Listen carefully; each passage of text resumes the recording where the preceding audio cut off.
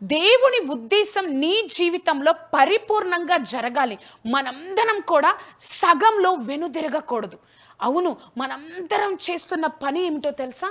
దేవుని చిత్తం చేయాలి, దేవుడితో నిలబడాలి, దేవుడు చెప్పినట్లుగా నేను చేయాలి అని ముందుకెళ్తాం, కానీ సగంలో వెనుదిరిగిపోతాం. ఇశ్రాయేలు ప్రజల జీవితం ద్వారా దేవుడు మనతో మాట్లాడాలనుకుంటున్నారు. వాళ్ళందరూ కూడా ఎంతో గొప్ప వాగ్దానంతో ఐగుప్తు దేశం నుంచి బయటకు వచ్చారండి. దేవుడు వారికి వాగ్దానం ఇచ్చారు. ఏమనంటే, నేను మిమ్మల్ని పాలు తేనెలు ప్రవహించే దేశానికి తీసుకెళ్తాం. ఆ వాగ్దానం ఇచ్చారు. వారి కోసం దేవుడు ఎర్ర సముద్రాన్ని 2 పాయలు చేశారు. 40 సంవత్సరాలు వారు వండుకోవడం లేదు, ఏం లేదు, మన్నాను కురిపించారు దేవుడు. అటువంటి విధంగా వాళ్ళు అద్భుత కార్యాలు చేశారు.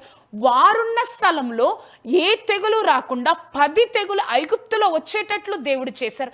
ఎంతగా దేవుడు కార్యాలు చూసినా వారందరూ సగంలో వెనుదిరిగిపోయారు, ఆ యొక్క ఆశీర్వాదాన్ని పొందుకోలేకపోయారు. క్రైస్తవునిగా ఎంతో మంది చేస్తున్న తప్పు ఇదేనండి. దేవుడి యొక్క ఉద్దేశంలో ఉండి ఆయన యొక్క చిత్తాన్ని నెరవేర్చకుండా సగంలో వెనుదిరిగిపోతున్నారు. ఆ 2లో ఏ చూసినట్లయితే, ఎంత బాధ కలిగినా, ఎన్ని పరిస్థితులు ఎదురైనా దేవుని శక్తి గొప్పదని గ్రహించాలి. అవును, ఇశ్రాయేలు ప్రజలు ఆ యొక్క పాలు తేనెలు ప్రవహించే దేశం ఎలా ఉంటుందో చూడమని మోషే ఆ యొక్క ఇశ్రాయేలు ప్రజలకి 12 మంది గోత్రంలో ఒక్కొక్కరిని తీసుకొచ్చి 12 మందిని పంపిస్తారండి. ఎక్కడికి? ఆ యొక్క పాలు తేనెలు ప్రవహించే దేశం ఎలా ఉంది. వారందరూ వచ్చి అక్కడ ప్రజలు మిడతల వలె ఉన్నారు, వారు చాలా బలవంతులు, వారి గోడలు ఎంతో బలంగా ఉన్నాయి, మనం జయించలేము అని చెప్పినప్పుడు సంఖ్యాకాండం 14వ అధ్యాయం 1వ వచనంలో అక్కడి వారందరూ ఎలుగెత్తి ఏడ్చారంట. ఎందుకు ఏడ్చారండి?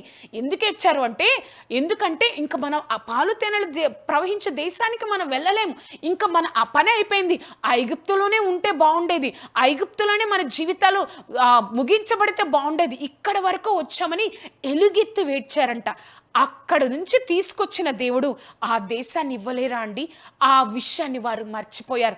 ఏ పరిస్థితులు వచ్చినా, ఎంత గొప్పగా నిన్ను ఆ యొక్క పరిస్థితి ఎంతగా నిన్ను కదిలించే స్థితి వచ్చినా కూడా ఒక్కటి గుర్తుపెట్టుకోవాలి, దేవుడి గొప్పతనం, ఆ దేవుడి యొక్క శక్తి గొప్పది. ఆయన తప్పకుండా ఆ స్థితి నుండి బయటకు తీసుకొస్తారని. కానీ ఆ యొక్క ఇశ్రాయేలు ప్రజలు ఎలుగెత్తి ఏడ్చారు. ఎలుగెత్తి ఏడ్చినప్పుడు దేవుడు చివరికి ఎవ్వరూ కూడా ఆ యొక్క పాలు తేనెలు ప్రవహించే దేశానికి వెళ్ళలేదు. కేవలం 2 మాత్రమే ఆ దేశానికి వెళ్ళారు. 2లో 2 చూసినట్లయితే, దేవుడు ఎంత కృపగలవాడో అంత రోషం గలవాడు కదండి. మన దేవుడు రోషం గల దేవుడు. ఆయన విస్తారమైన కృపను చూపిస్తారు. కానీ నువ్వు ఎప్పుడైతే ఆయనకు రావాల్సిన మహిమను తీసివేస్తావో, ఆయనకు విలువ ఇవ్వకుండా చేస్తావో, రోషం కలిగిన దేవుడు ఊరుకోడండి. వాళ్ళు ఎన్నో అద్భుతాలు, ఆశ్చర్య కార్యాలు మనం వింటున్నాం, మనం చదివాం, మనం నమ్ముతున్నాం. ఆ ఇశ్రాయేలు ప్రజలు కళ్ళారా చూశారండి. ప్రతి ఒక్క ఆశీర్వాదాన్ని వారు అనుభవించారు. అటువంటి అనుభవించిన వారెవ్వరూ కూడా అన్ని అద్భుతాలు చూసి అంతగా చేసిన వారు ఏమంటారో తెలుసా? సంఖ్యాకాండము 14వ అధ్యాయము 11, 12 వచనాలు. అప్పుడు దేవుడు వారందరినీ చూసి ఏమంటారో తెలుసా? యెహోవా, ఎన్నాళ్ళ వరకు ఈ ప్రజలు నన్ను అలక్ష్యం చేయుదురు? ఎన్నాళ్ళ వరకు నేను వారి మధ్యన చేసిన సూచక క్రియలన్నిటినీ చూచి నన్ను నమ్మకయుందురు? నేను వారికి స్వాస్థ్యమియక తెగులు చేత వారిని హతము చేసి ఈ జనము కంటే మహాబలము గల గొప్ప జనమును నీ వలన పుట్టించుదని మోషేతో చెప్పగా. చూసారా, వారి ఎలుగెత్తి ఏడవడం, వాళ్ళు ఇలా మాట్లాడుకోవడం చూసి దేవుడు రోషం గల దేవుడు. ఎన్నాళ్ళ వరకు నేను వీళ్ళని సహిస్తాను, ఎన్నాళ్ళ వరకు నేను వీళ్ళని భరిస్తాను, ఎన్నాళ్ళ వరకు వీళ్ళని చేస్తాను అని దేవుడు చెప్పి రోషం తెచ్చుకున్నారు. మన దేవుడి శక్తిని నువ్వు తక్కువ చేస్తున్నావేమో, దేవుడి శక్తిని నువ్వు తక్కువ చేసి నీ యొక్క పరిస్థితుల్లో చూస్తున్నావేమో. ఎన్ని అద్భుత కార్యాలు చూసావు నువ్వు పుట్టినప్పటి నుంచి. నువ్వు నీ జీవితంలో ఎన్ని ఆశ్చర్య కార్యాలు, నువ్వు ప్రార్థన చేయగానే జవాబిచ్చిన గొప్ప దేవుడి సన్నిధిని నువ్వు అనుభవించావు. కానీ కొన్ని పరిస్థితుల్లో నువ్వు ఆ శక్తిని అనుభవించలేకపోతున్నావు. కానీ గుర్తుపెట్టుకో, ఎంత కృపామయుడో అంత రోషం కలిగిన దేవుడు. 2లో D చూసినట్లయితే, దేవుడి చిత్తం నుండి వెనుదిరుగుట ఆశీర్వాదాన్ని పోగొట్టుకునుటయే. ఇదే చేస్తున్నామండి.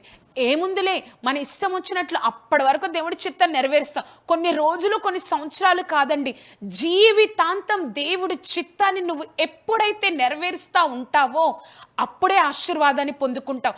కానీ నువ్వు ఎప్పుడైతే దేవుడి చిత్తం నుంచి మధ్యలోనికి వచ్చేస్తావో, దేవుడి చిత్తాన్ని వదిలేసి వెనుదిరుగుతావో ఆశీర్వాదాన్ని కోల్పోవడమే.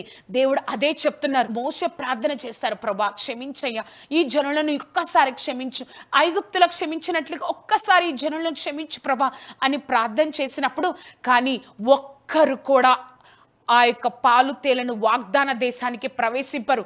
కానీ ఒక్కరు కూడా ప్రవేశింపరు, వీరందరూ కూడా అరణ్యంలోనే రాలిపోతారు అని దేవుడు చెప్పారు. వారెవ్వరూ ఆశీర్వాదాన్ని పొందుకోవాలి. ఇప్పుడు మళ్ళీ గుండెలు బాదుకొని ఏడుస్తున్నారు. ఎందుకో తెలుసా? దేవుడి యొక్క శక్తిని తక్కువ చేశారు. ఆ చిత్తంలో వెళ్తా ఉన్నప్పుడు వెనుదిరిగారు కాబట్టి ఆశీర్వాదాన్ని కోల్పోయారు. మనం కూడా చాలాసార్లు ఇదే జరుగుతుంది. కష్టాలు, బాధలు మన ముందు ఒక యొక్క ముందుకెళ్ళలేని స్థితి ఏర్పడినప్పుడు మనం ఎంతగానో బాధపడతా ఉంటాం, ఎంతగానో కన్నీరు కారుస్తూ ఉంటాం. నువ్వు నేను ఒక్కటి గుర్తుపెట్టుకోవాలి. ఏంటో తెలుసా? నీ దేవుడు, నా దేవుడు గొప్ప దేవుడు. ఆయన చేయలేని కార్యం ఏదీ లేదు, ఇంకా రాదు కూడా. మరొకసారి చెప్తానండి, ఆయన చేయలేని కార్యం ఏదీ లేదు, ఇంకా రాదు కూడా.